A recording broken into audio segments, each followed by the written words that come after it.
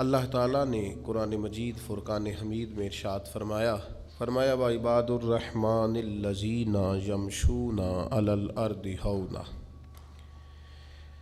فرمایا جو رحمان کے بندے ہیں وہ زمین پر عاجزی کے ساتھ چلتے ہیں، آہستگی کے ساتھ چلتے ہیں۔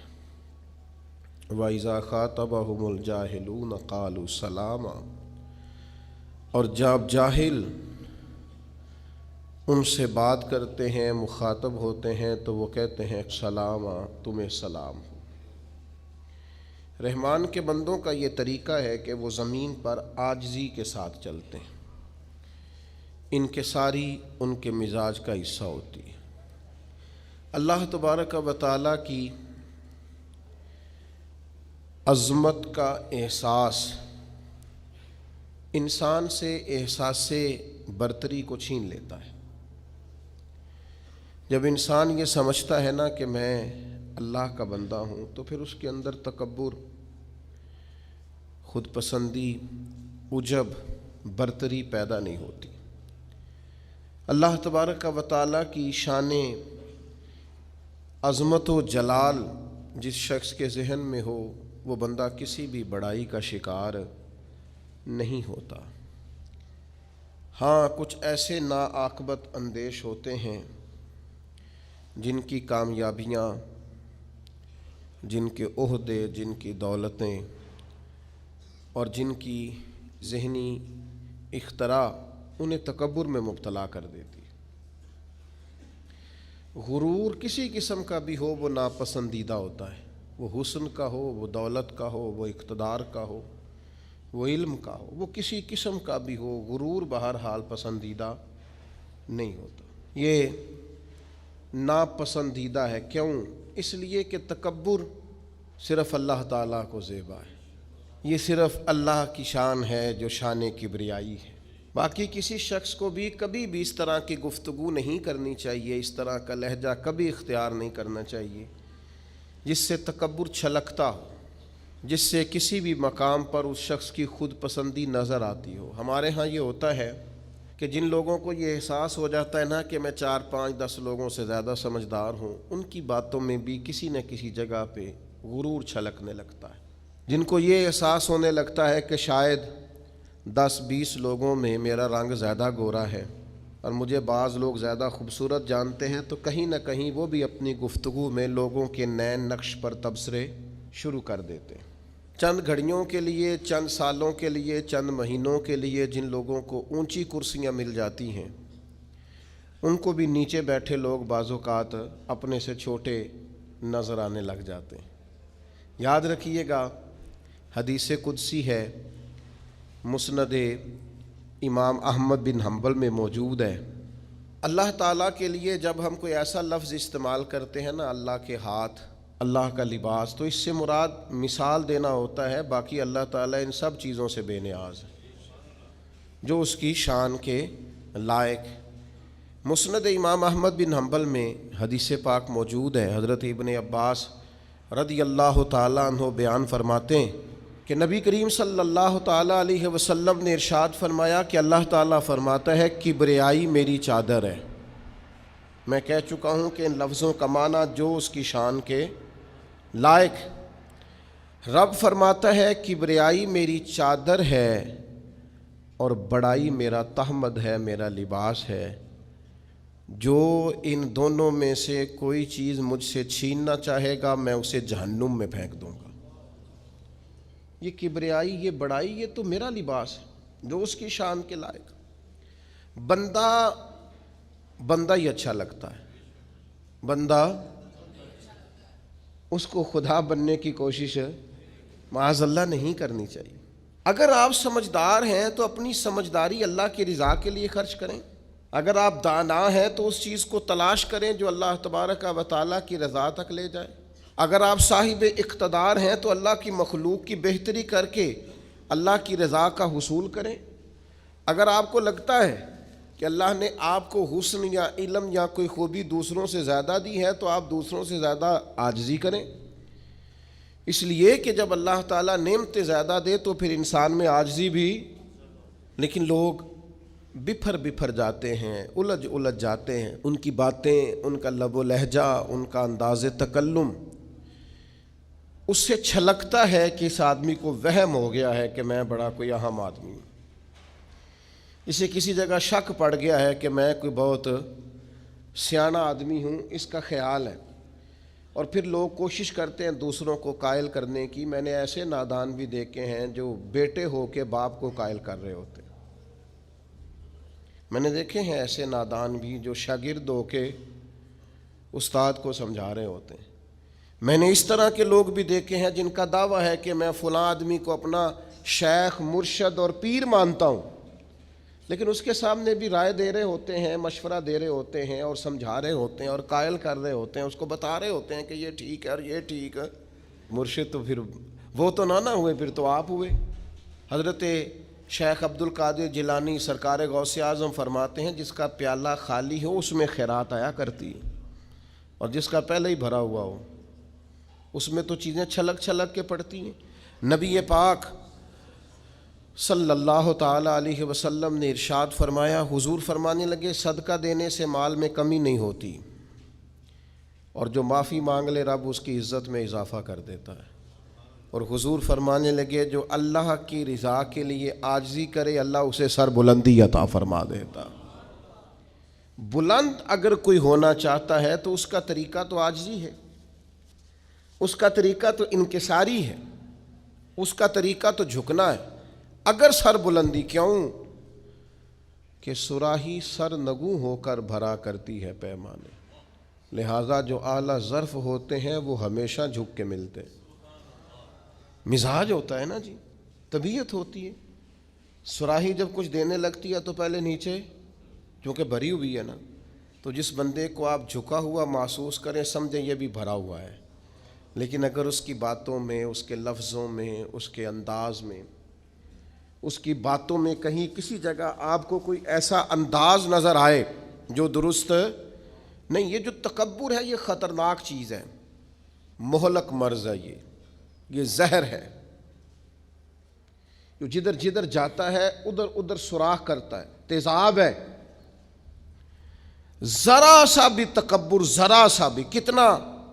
حضور نے فرمایا جس کے دل میں رائی کے دانے کے برابر بھی تکبر ہوا، اوئے ہوئے، رائی کے دانے کے برابر بھی تکبر، یہ دیکھنا ہے، دل کو ٹٹولنا ہے، باطن پر نظر کرنی ہے، اپنا عنوان زندگی تلاش کرنا ہے۔ کہا رائی کے دانے کے برابر بھی تکبر ہوا۔ حضرت عبداللہ بن عمر بن عاص بیٹھے تھے اور حضرت عبداللہ ابن عمر بیٹھے تھے۔ حضرت عبداللہ ابن عمر بن عاص اٹھ کے چلے گئے تو سیدنا عبداللہ ابن عمر نے رونا شروع کر دیا۔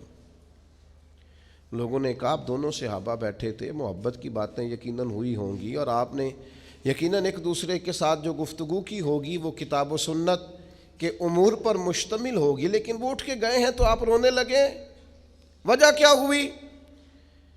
حضرت عبداللہ ابن عمر پھر ہچکی باندھ کے روئے، فرمانے لگے عبداللہ بن عمر کا یہ خیال ہے، وہ مجھے بتا گئے ہیں کہ نبی کریم صلی اللہ تعالی علیہ وآلہ وسلم نے ارشاد فرمایا جس کے دل میں رائی کے دانے کے برابر تکبر ہوگا اسے چہرے کے بل گھسیٹ کر جہنم میں پھینک دیا جائے گا۔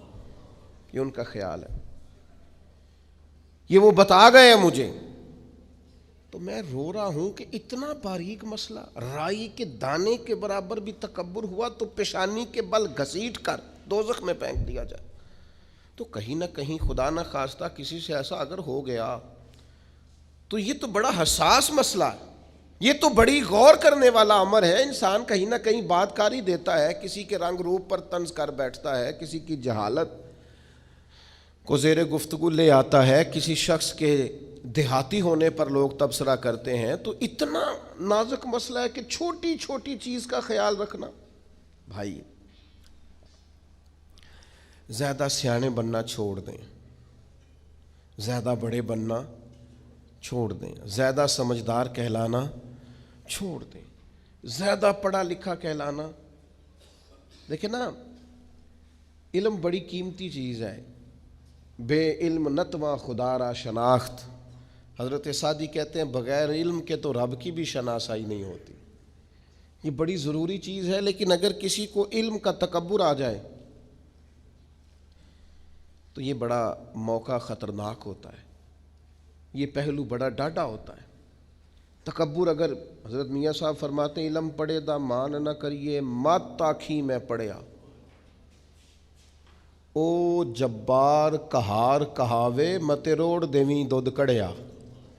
تھوڑا سیاںا ہو جا، تھوڑا سا نا چیزوں کو سمجھیں، اپنے لب و لہجے میں، طور طریقوں میں، انداز میں آپ غور کریں کہ کہیں کوئی ایسا یہ بیماری ہمارے اندر لاحق تو نہیں ہو گئی، کہیں یہ چیز چھلکتی تو نہیں، تھوڑا اس پر غور کریں، تھوڑی اس پر توجہ دیں۔ کچھ لوگوں کے حالات جب ساتھ نہیں دیتے تو وہ بڑے عاجز انسان بن جاتے ہیں، تنگ دستی غالب آ جاتی ہے، جب پریشانیاں پورے زور پر ہوتی ہیں تو پھر ان کے مزاج میں بڑا جھکاؤ ہوتا ہے، لب و لہجے کے اندر بڑی انکساری ہوتی ہے، لیکن جیسے ہی حالات ٹھیک ہوتے ہیں پھر ان سے اچھے مشورے بھی کوئی نہیں دیتا، پھر وہ زبردست انداز تکلم اختیار کرتے ہیں۔ ذرا شان مصطفیٰ کریم تو دیکھیے گا، نبی کریم علیہ السلام خود بیان کرتے ہیں، حضور فرماتے ہیں اگر میں چاہوں تو میرے ساتھ سونے کے پہاڑ چلا کریں، یہ میرے ساتھ ساتھ قدم بقدم رہیں، جتنا سونا چاہوں بانٹوں تقسیم کروں، میں چاہوں تو سونے، یہ شان ہے۔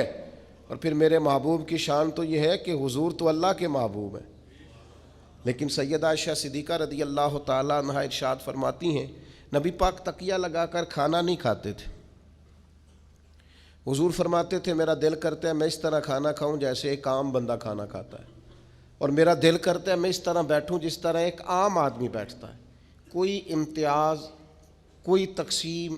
میں بڑا چھوٹا آدمی ہوں، اللہ مجھے معاف کرے، میرے اسا فرمایا کرتے تھے چودھری صاحب کا پیر کوئی نہیں ہوتا، مالدار کا پیر اور پڑھے لکھے آدمی کا پیر یہ خود پیر ہوتے ہیں، جدے کر دانے او دے کملے بھی، پیسے جو پاس ہیں اور ڈگریاں پاس ہوں تو پھر بھی، اور علماء مجھ سے ناراض نہ ہو جائیں تو اسا فرمایا کرتے تھے علماء خلیفے ہوتے ہیں، مرید نہیں ہوتے، یہ خلفاء ہوتے ہیں، یہ مرید تو وہ ہوتا ہے جو بیچارہ انکساری کے ساتھ پیچھے ہوتا ہے کہ میں کچھ سیکھ لوں۔ تو اگر اللہ تعالیٰ کسی وقت انسان کو شان دے، امام فخر الدین رازی فرماتے ہیں دیکھیے نا، ایک ہے انسان کے حالات بڑے کمزور ہیں تو وہ عاجزی دکھا رہا ہے، انکساری، اور ایک یہ ہے کہ پوری بلندیاں اللہ نے دی ہیں، ایک دفعہ پورا عروج اللہ نے عطا کیا ہے لیکن پھر بھی اس میں عاجزی رہے، انکساری رہے، اس کا مطلب یہ ہے کہ وہ بندگی کر رہا ہے، وہ جھکا ہوا ہے۔ امام فخر الدین رازی فرماتے ہیں جب نبی پاک علیہ السلام کو اللہ نے معراج پہ بلایا نا، معراج پہ، یعنی اتنا اونچا کوئی نہ گیا ہے نہ کبھی جا سکتا ہے جہاں مدینے والے محبوب تشریف لے گئے۔ امام رازی کہتے ہیں معراج میں جب ساری وسعتیں اور ساری بلندیاں نبی پاک علیہ السلام گزر گئے اور کائنات کی ہر چیز نیچے رہ گئی، کیا نوری کیا خاکی سب نیچے رہ گئے، ایک محبوب تھا، ایک محب تھا، ایک خالق تھا، ایک اس کی مخلوق اول تھی۔ نبی کریم علیہ السلام جب اللہ کی بارگاہ میں بیٹھ گئے تو رب کریم نے کہا محبوب مجھے بتائیے آپ کو کس نام سے پکاروں، محبوب بتاؤ نا کس لقب سے ملقب کروں، آج آپ میرے سامنے بیٹھے کس لقب سے یاد کروں؟ تو یہ شان دیکھو میرے کریم محبوب کی، کہا اے اللہ میرا دل کرتا ہے تو مجھے اپنا بندہ کہہ کے پکارے، متائے بے بہا ہے درد و سوز آرزو مندی، مقام بندگی دے کر نہ لو شان خدا بندی۔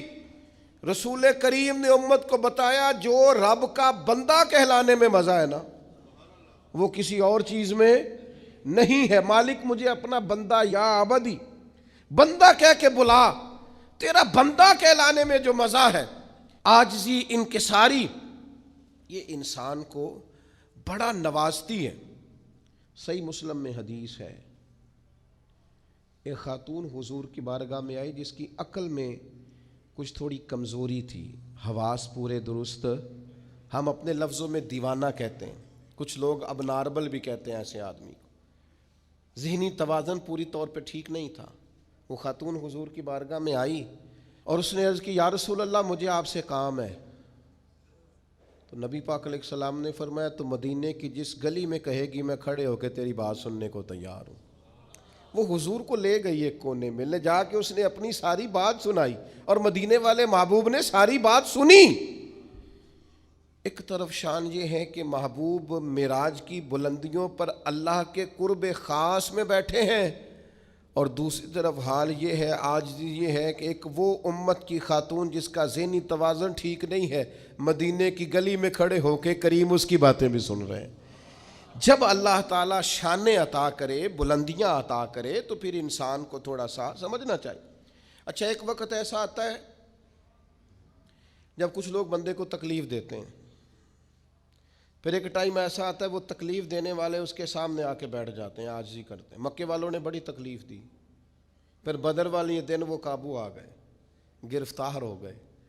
اب آپ کو پتہ ہے بندے کے جب وہ بندہ قابو آ جائے نا، جس نے تکلیف دی ہو، تو لوگ دانت پیستے ہیں، شدید غصہ کرتے ہیں کہ آیا نا اب میری داڑھ کے نیچے، اب دیکھنا میں حشر کیا کرتا ہوں. سخت ترین سزا دینے کو جی چاہتا ہے، لیکن مکے والے قیدی بن کے آئے تو نبی پاک نے نہ ان کی آنکھیں نکالی، نہ کان کاٹے، نہ قتل کیا، بلکہ معمولی سا فدیہ فرمایا یہ دو جرمانہ اور جاؤ. اور صحابہ سے کہا ان قیدیوں کو اپنے اپنے گھروں میں لے جاؤ اور ان کی خدمت کرنا. وہ قیدی بتاتے ہیں کہ قربان جائیں اس حسن سلوک پر کہ جن کے گھروں میں ہم قیدیوں کو رکھا گیا تھا وہ خود کھجوریں کھا کے گزارا کرتے تھے، ہمیں کھانے کھلایا کرتے تھے، خود کھجور پانی پر گزارا کرتے تھے. ایک شخص ان میں تھا، ابو ایذا اس کا نام تھا، وہ شاعر تھا. اس نے نبی پاک علیہ السلام کی خدمت میں عرض کی یا رسول اللہ میری 5 بیٹیاں ہیں، میں فدیے کی رقم بھی کوئی نہیں دے سکتا، اگر آپ مجھے ویسے ہی آزاد کر دینا تو نہ آج کے بعد اسلام کی مخالفت کروں گا، نہ کسی اور کو ابھاروں گا. یہ 5 بیٹیوں کی بات کرنے والا بندہ یہ پہلے تلوار لے کے آیا ہے مسلمانوں کے خلاف لڑنے، یہ پھول لے کے نہیں آیا، یہ تلوار لے کے پہلے لڑنے آیا ہے. اب جب قابو آ گیا تو کیا کہہ رہا میری 5 بیٹیاں ہیں. تو سوال یہ کھڑا ہوتا تھا کہ بھائی جب تو مسلمانوں کے خلاف تلوار لے کے نکلا تھا، نیزے لے کے آیا تھا، اسلحہ باندھ کے آیا تھا، تب تیری 5 بیٹیاں نہیں تھیں؟ قابو آ گیا تو کہتے 5 بیٹیاں اور میں فدیہ بھی نہیں دے سکتا، جرمانہ بھی نہیں دے سکتا، آزاد کر دیں. پر کھڑا ہے نا رسول رحمت کے سامنے، یا رسول اللہ مجھے معافی دے دے. تو حضور مسکرا کے فرمانے لگے ٹھیک ہو گیا، جا میں نے معافی دے دی، ختم ہو گئی بات. یہ وہ عاجزی انکساری کے پہلو ہیں جو نبی کریم صلی اللہ تعالیٰ علیہ وسلم نے ہمیں سکھائے ہیں. میرے عزیزو، فتح جب ہوئی نا مکے کی تو بہت بڑی فتح تھی. خود قرآن نے کہا اذا جاء نصر اللہ والفتح ورأیت الناس يدخلون فی دین اللہ افواجا. بہت بڑی فتح تھی، لیکن صحابہ فرماتے ہیں فتح مکہ تاریخ انسانیت کا بہت بڑا معرکہ تھا. پر ہم نے یہ حال دیکھا کہ نبی کریم علیہ السلام جب مکے میں داخل ہو رہے تھے تو سیاہ رنگ کا امامہ باندھا ہوا تھا اور گردن جھکی ہوئی تھی، اور اتنی گردن مبارک جھکی ہوئی تھی کہ لگتا تھا اونٹ کے کجاوے سے جا لگے. عاجزی سے، انکساری سے، جیسے جیسے پھل لگ جاتا ہے درخت ویسے ویسے جھک جاتا ہے. تو جب اللہ تبارک و تعالیٰ کسی شخص کو عروج دے، حالات اچھے کرے، تو پھر اسے کیا کرنا چاہیے؟ ایک خاص پہلو آپ کی خدمت میں عرض کرنا ہے. کچھ لوگوں سے نا لوگ پیار کرتے ہیں. وہ چراغ گولڑا نے کہا تھا خدا کا شکر زمانے کی قدردانی ہے، ہم جوان بھی نہ ہوئے تھے کہ پیر کہلائے. کچھ لوگ ایسے ہوتے ہیں جو کہیں صاحبزادے ہوتے ہیں، کہیں ان سے لوگ عقیدت کرتے ہیں. خدا کا شکر زمانے کی قدردانی. یہ جو پیر ہے نا، یہ فارسی کا لفظ ہے، پیر بوڑھے کو کہتے ہیں. اصل میں ہمارے عرف میں پیر رہنما کو کہتے ہیں، لیکن پیر بیسیکلی بوڑھے آدمی کو کہتے ہیں. تو پیر نصیر الدین کہتے ہیں کہ خدا کا شکر زمانے کی قدردانی، ہم جوان بھی نہ ہوئے تھے کہ پیر کہلائے. ایسا ہوتا ہے کئی دفعہ. یہ جو عقیدتیں ہوتی ہیں نا، جن لوگوں سے لوگ عقیدت رکھتے ہیں، ان کا عاجزی والا ہونا بھی بڑا ہی ضروری ہے. ان کا انکساری والا ہونا بھی، یہ جو مذہبی محبتیں ہوتی ہیں نا، یہ بڑی ڈاڈھی ہوتی ہیں، جن سے لوگ دین کے نام پر محبت کرتے ہیں نا۔ ایک دفعہ ایک سابق MP صاحب میرے پاس آ گئے وقت لینے کے لیے، تو میں نے معذرت کی ان سے، میں نے کہا میرے پاس ٹائم نہیں ہے۔ تو کہنے لگے پیر صاحب بندے تے ساڈے مگر بھی بڑے نے، پر یہ وے کہ تساں نہ ہی کر چھڑیے۔ میں کہا تواڈے مگر جڑے نے نا وہ ووٹ دیندے نے تے ساڈے مگر جڑے نے وہ جان دیندے نے، یہ ساڈا تے تواڈا فرق ہے۔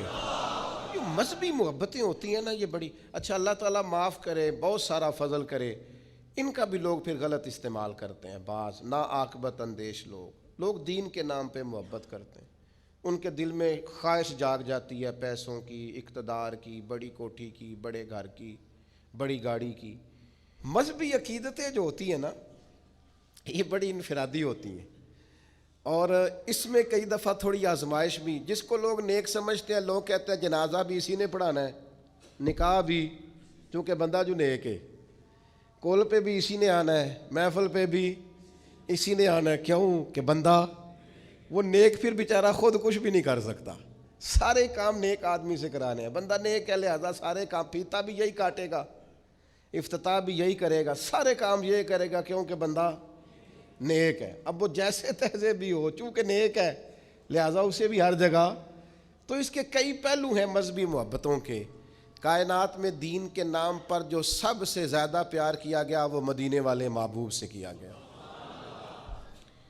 یعنی اتنا پیار کیا گیا کہ عروہ بن مسعود ثقفی نے کہا تھا میں نے زمانہ دیکھا ہے، وہ بادشاہ بھی گویا دیکھے جو اپنے آپ کو سجدے کراتے ہیں معاذ اللہ، لیکن جو عقیدت مدینے والے محبوب کے غلام حضور کے ساتھ رکھتے ہیں نا، یعنی کلی کا پانی سرکار اگر باہر نکالیں تو جو لوگ چہروں پہ مل لیں، اور جس کو پانی نہ ملے وہ دوسرے کے ہاتھ سے مس کر کے اپنے چہرے پر مل لے۔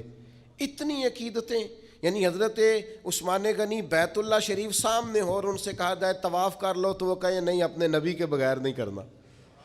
یعنی اتنی عقیدت کہ ام المومنین سیدہ ام حبیبہ، ان کے والد ابو سفیان ملنے آئے تو بستر سمیٹ لیں، ان سے کہا جائے پتر تو نے بستر اٹھا لیا ہے؟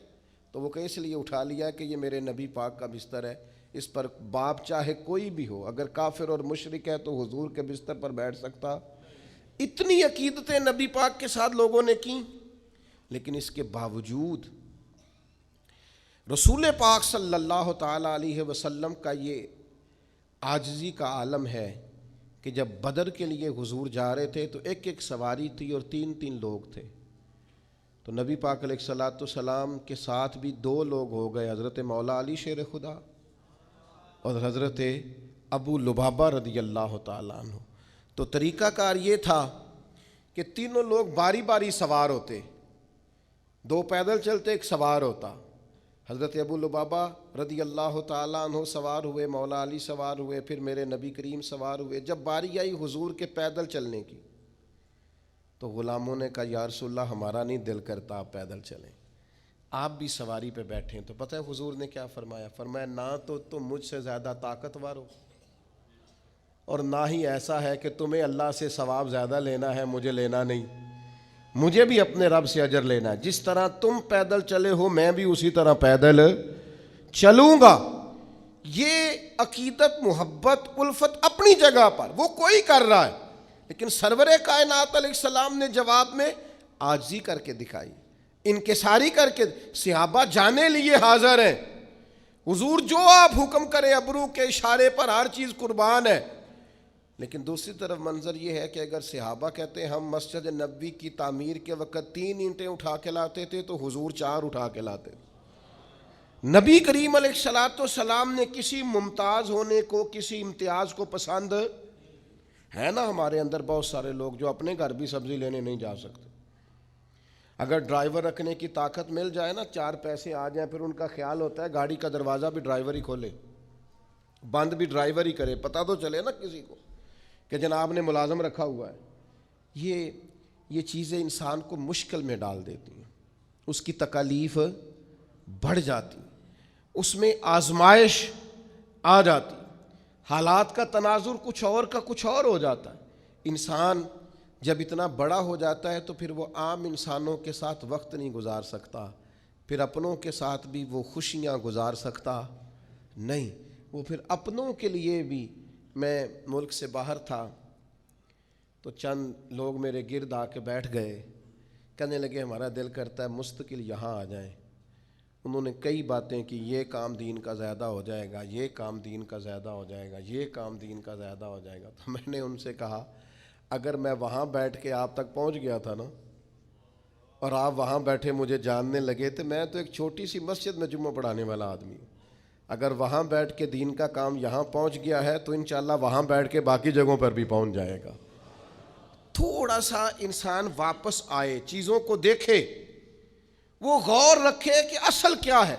ممتاز ہو جانا، الگ الگ نظر آنا، لہجے کے اندر ترشروئی رکھنا اور کہنا کہ جناب میں ایک خاص آدمی ہوں، میرا وقار الگ ہے، میری ملاقات الگ ہے، میرا پروٹوکول الگ ہے، ان سے انسان تکلیف میں آ جاتا ہے۔ آپ یقین کریں جن لوگوں کو عادت ہو جاتی ہے نا اسٹیج پہ بیٹھنے کی، وہ تو محفل کی لذت ہی نہیں لے پاتے۔ ان بیچاروں کو ایسا سخت مسئلہ، یہ میں نے دیکھا ہے کچھ لوگ مذہبی جلوس نکل رہا ہے، میلاد شریف کا ہے، کوئی اور تقریب ہے، اس میں بھی بیچارے بڑے سخت پریشان ہیں، کسی طریقے سے میری فوٹو آ جائے، کسی کو پتہ چل جائے۔ تو بھائی مذہبی عقیدتیں ہوں یا کسی قسم کی بھی، آپ اپنی عاجزی کو برقرار رکھیں گے، اپنی بندگی کو کبھی بھی آپ ادھر ادھر نہیں ہونے دیں گے۔ سفر کر رہے تھے صحابہ نبی پاک کے ساتھ، تو ایک جگہ بکرا ذبح کر کے پکانے کی بات آئی، تو ایک صحابی نے کہا میں ذبح کروں گا، ایک نے کہا میں کھال اتاروں گا، ایک نے کہا میں گوشت بناؤں گا۔ تو نبی کریم علیہ السلام فرمانے لگے کہ پھر میں اس طرح کرتا ہوں، میں لکڑیاں اکٹھی کر کے لاتا ہوں تاکہ آگ جلائی جائے، میں لکڑیاں اکٹھی کر کے لاتا ہوں۔ تو عرض کی یا رسول اللہ صلی اللہ تعالی علیہ وسلم ہم سب ہیں نا، ہم یہ کام کریں گے؟ تو حضور نے فرمایا میں تم میں سے ممتاز ہونا پسند نہیں کرتا۔ کریم ارشاد فرمانے لگے بے شک اللہ تعالیٰ کو یہ بات ناپسند ہے کہ کوئی بندہ اپنے ساتھیوں میں امتیاز کی صورت اختیار کرے، الگ تھلگ نظر آئے، میں ممتاز ہونا پسند نہیں کرتا، لہذا میں یہ کام کروں گا۔ میرے بھائیوں، زندگی میں ہر قسم کا تکبر، وہ عہدے کا ہو، وہ علم کا ہو، وہ دولت کا ہو، وہ سمجھداری کا ہو، وہ اونچی برادری کا، کوئی بھی تکبر ہو، نبی پاک نے حد بندی کر دی، فرمایا رائی کے دانے کے برابر بھی اگر تکبر ہوا، رائی کے، پتہ ہے نبی پاک علیہ الصلوۃ والسلام کو اللہ نے عقل کتنی عطا کی؟ حضرت وہب ابن منبہ فرماتے ہیں اللہ تعالیٰ نے عقل کا 1000 حصہ کیا ہے، ایک حصہ عقل اللہ نے ساری دنیا کو عطا فرمائی، اسی سے ڈاکٹر ہیں، اسی سے انجینئر ہیں، اسی سے سائنسدان ہیں، اسی سے علماء ہیں، سب اسی سے بنے، جو ایک حصہ عقل اللہ نے دنیا میں نازل کی۔ فرمایا باقی 999 حصے عقل کے اللہ نے اپنے حبیب کو عطا فرمایا صلی اللہ تعالی علیہ وسلم۔ لیکن اس کے باوجود حضور صحابہ سے مشورہ کرتے اور ان کا مشورہ قبول کرتے۔ جنگ احد میں نقصان ہوا، کیوں؟ حضور کا مشورہ دے تھا کہ مدینہ شریف کے اندر رہ کے جنگ لڑنی چاہیے، اور صحابہ جوش جذبات میں تھے، جوش جہاد میں تھے، کہا ہم اندر رہ کے کیوں لڑیں، وہ سمجھیں گے یہ اپنے گھر میں محصور ہو گئے، باہر نکل کے جنگ کریں گے۔ تو اللہ کے پیارے رسول صلی اللہ تعالی علیہ وسلم نے اپنی رائے کو چھوڑا، صحابہ کی رائے کو اختیار فرمایا۔ اگرچہ بظاہر نقصان بھی ہوا، لیکن کل عقل رکھنے کے باوجود بھی مدینے والے محبوب نے صحابہ کی رائے کو قبول کیا۔ یہ کیا ہے؟ یہ سرکار کی عاجزی ہے، مشورہ قبول کرنا، کسی اور کی بات بھی سننا۔ کچھ لوگ ایسے ہوتے ہیں جن کی عقل، بیچاروں کی عقل کل ہوتی، وہ ساری زندگی اسی چکر سے باہر نہیں آتے کہ جتنا میں سمجھدار ہونا اتنا کوئی دوسرا نہیں ہے۔ اس سے کیا ہوتا ہے؟ اس سے انسان کے اندر سے روحانیت چلی جاتی ہے، کیف چلا جاتا ہے، عبادت کی لذت چلی جاتی ہے، دعا کی ذائقے چلے جاتے ہیں۔ بہت زیادہ سمجھداری کی گفتگو کرنا اور بہت زیادہ بن کے بیٹھنا اور بہت زیادہ اپنے انداز۔ میں نے ایک جملہ کہا تھا، یہاں ہمارے استاد آئے ہوئے تھے، مجھے نہیں پتا تھا علماء کو اتنی بات پسند آئے گی۔ میں نے کہا یہ ہمارے استاد بیٹھے ہیں، جب تک زندہ ہیں ہم اپنے استادوں سے بے نیاز نہیں ہو سکتے، ہم ان کی رہنمائی میں چلیں گے، اس لیے کہ بڑا وہ ہوتا ہے جس کا کوئی بڑا ہوتا ہے، جس کا کوئی بڑا نہیں ہوتا وہ کبھی بھی بڑا نہیں ہوتا۔ ہم خود بخود بڑے کیسے ہو جائیں گے؟ تو بھائیوں، اپنی زندگی میں ایک اور بات بھی، عاجزی کے کئی پہلو تھے، ایک پہلو یہ ہے کہ آپ کو اللہ نے مقام دیا ہے، مرتبہ دیا ہے، تو کسی اور کو بھی اللہ نے مرتبہ دیا، کسی اور کے مرتبے کو بھی بیان کریں۔ صرف آپ کے پاس ہی فضیلت نہیں، کسی اور کے پاس بھی فضیلت ہے، اس کی فضیلت کو بھی بیان کریں، قبول کریں۔ آج آپ ایک ڈاکٹر کے پاس دوائی لینے جائیں، دوسرے کے پاس جائیں تو کہتا ہے اس کو تو پتہ ہی کوئی نہیں، تم کدھر آ گئے۔ ایک انجینئر سے آپ کو چیز ڈیزائن کریں، دوسرے کو دکھائیں تو کہتا ہے اسے تو پتہ ہی کوئی نہیں کسی چیز۔ مذاق بنایا ہوا ہے۔ آپ دوسرے کا مقام سمجھیں، وہ بھی ڈاکٹر ہے، آپ کسی اور کی بات کو بھی لیں، اس کے اندر بھی کوئی مرتبہ ہے۔ یہ کون سی دنیا ہے جس میں کوئی شے نہیں، بس میں ہی ہوں اور کوئی ہے ہی نہیں؟ یہ انداز درست اور سنو نا یار، یہ میرے نبی پاک کی شان ہے کہ کائنات میں نبیوں کے امام رسول پاک ہیں، پر کسی نے حضور سے کہا یا خیر البریہ، حضور نے فرمایا مجھے نہ کہو، یہ تو حضرت ابراہیم کا لقب ہے۔ ایک مقام پہ کہا میری اور جناب موسیٰ کی شان کا مقابلہ اس طرح نہ کرانا کہ حضرت موسیٰ کی شان گویا گھٹے۔ رسول پاک نے حضرت عیسیٰ کا مرتبہ بیان کیا، جناب یوسف کا مرتبہ بیان کیا، حضرت صدیق کی شان بیان کی، سیدنا فاروق کی عظمت بیان کی، حضرت عثمان کو حیا والا کہا، مولا علی کی عظمتیں بیان کی، نبی کریم علیہ السلام نے جناب عمار ابن یاسر کی شان بیان کی، ابو عبیدہ بن جراح کو امین امت کہا، اور کریم نے فرمایا بلال کیا عمل کرتے ہو؟ یا رسول اللہ کیا ہوا؟ فرمایا میں نے تو معراج کی رات جنت میں بھی تمہارے چلنے کی آواز سنی ہے۔ یہ عظمتیں بیان کرنے کا طریقہ میرے نبی پاک کا۔ تو نے ہر شخص کی قسمت میں یہ عزت لکھی، آخری خطبے کی صورت میں وصیت لکھی۔ حضور نے کہا یتیم کی پرورش کرو گے تو یہ ملے گا، بیواؤں کا خیال رکھو گے تو یہ ملے گا، مسکین کو یہ ملے گا، استاد کی یہ شان، باپ کی یہ شان، بیٹی کی یہ شان۔ نبی پاک تو عظمتیں دیتے، دوسروں کا مقام و مرتبہ سب سے بڑے ہو کر۔ حضور اگر دوسروں کی عظمت کا خیال رکھتے ہیں تو ہم ایک دوسرے کی عظمت کا کیوں خیال نہیں رکھتے؟ ہم ایک دوسرے کی شان کو کیوں بیان نہیں؟ وہ ایک جگہ پہ میں موجود تھا تو مجھے ایک صاحب نے پوچھا، اس نے کہا جی تسی مدرسے جڑے بچے پڑھاندے انہوں ڈاکٹر کیوں نہیں بناندے، انجینئر کیوں نہیں بنتے مدرسے کے بچے، مدرسے کے بچے جو ہیں یہ پائلٹ کیوں نہیں بنتے؟ تو میں نے ان سے کہا آپ مجھے بتائیں جو بچے میڈیکل کالج میں پڑھتے ہیں وہ عالم دین کیوں نہیں بنتے؟ جو میڈیکل کالج میں پڑھتے ہیں وہ انجینئر کیوں نہیں بنتے؟ ڈاکٹر سے کبھی کسی نے کہا تو ڈاکٹر ہے انجینئر کیوں نہیں؟ پوچھا کبھی؟ پائلٹ سے آپ نے کہا جناب تو پائلٹ ہے ڈاکٹر کیوں نہیں؟ عجیب بیوقوفی ہے نا بھئی، یہ الگ ایک تعلیم ہے، ایک الگ سکول آف تھاٹ ہے، یہ باقاعدہ ایک ڈگری ہے۔ آپ پاگل ہیں؟ آپ ڈاکٹر سے پوچھو وہ پائلٹ کیوں نہیں، تو میں آپ کو بتا دیتا ہوں مدرسے کا طالب علم ڈاکٹر کیوں نہیں۔ پوچھیں آپ، یہ الگ ایک ڈگری ہے، اس کے اندر اسپیشلائزیشن ہے۔ جب بچہ درس نظامی کرتا ہے تو پھر اس سے پوچھا جاتا ہے تو نے شیخ الحدیث بننا ہے، شیخ القرآن بننا ہے، شیخ الفقہ بننا ہے، فقہ میں تخصص کرنا ہے، حدیث میں کرنا ہے، تفسیر میں کرنا ہے، یہ الگ ایک پورا شعبہ ہے۔ امت کو اپنی رہنمائی کے لیے اگر ڈاکٹر کے مشورے کی ضرورت ہے تو عالم کے مشورے کی ضرورت نہیں؟